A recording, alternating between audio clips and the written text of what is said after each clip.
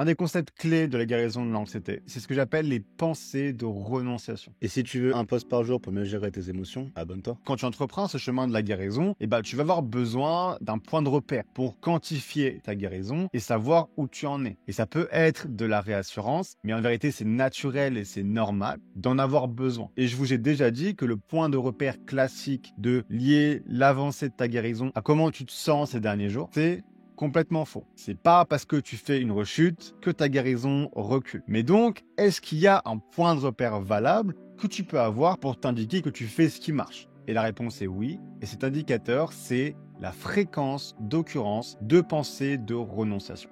Et les pensées de renonciation, c'est quoi? C'est quand tu vas t'apprêter à employer un mécanisme de recherche de contrôle, certitude ou réassurance. Donc, envoyer un message à un proche, demander à quelqu'un de t'accompagner, décider de ne pas t'exposer à une situation qui sera potentiellement anxiogène, chercher ton nouveau complément alimentaire, ou alors des mécanismes cognitifs, comme chercher dans ta tête l'origine d'une sensation ou émotion que tu ressens, faire un listing de réassurance contre une pensée angoissante, etc. Donc quand tu vas t'apprêter à, ou quand tu as même déjà un peu commencé à employer un mécanisme de CCR, une pensée de renonciation peut popper dans tes pensées. Donc, ça va commencer par une réalisation que ce que tu es en train de faire tombe dans le prisme du contrôle, de la certitude et de la réassurance. Puis tu vas identifier exactement quel mécanisme c'est. Et donc le fait de l'avoir identifié, ton cerveau va t'aider à simplement renoncer à compléter le mécanisme. En fait, tu vas avoir cette sensation, ça va te paraître logique de évidemment renoncer à ce comportement. Et donc va venir avec le temps une facilité à la renonciation du déploiement de ces mécanismes-là, qui était avant rendu impossible par la présence d'une compulsion irrésistible de céder à ces mécanismes de réassurance ou de contrôle. Et donc vous allez me demander comment entraîner ces fameuses pensées de renonciation. Et c'est quelque chose qui se fait tout seul et inconsciemment, mais qui est le résultat de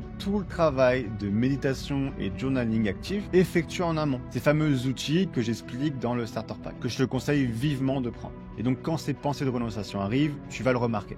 Et ça, c'est un bon repère. Et prends le temps de te féliciter pour chacune des pensées de renonciation que tu vas avoir, aussi insignifiantes soient-elles. Tu peux même les noter si tu veux, car c'est vraiment des preuves tangibles que ton travail porte ses fruits. Et c'est un bien meilleur indicateur que la façon dont tu te sens ces derniers jours. Et si tu vois que tu n'as pas beaucoup de ces pensées de renonciation, alors retourne aux fondamentaux et retrouve une discipline de travail via ces outils dont je te parle tout le temps.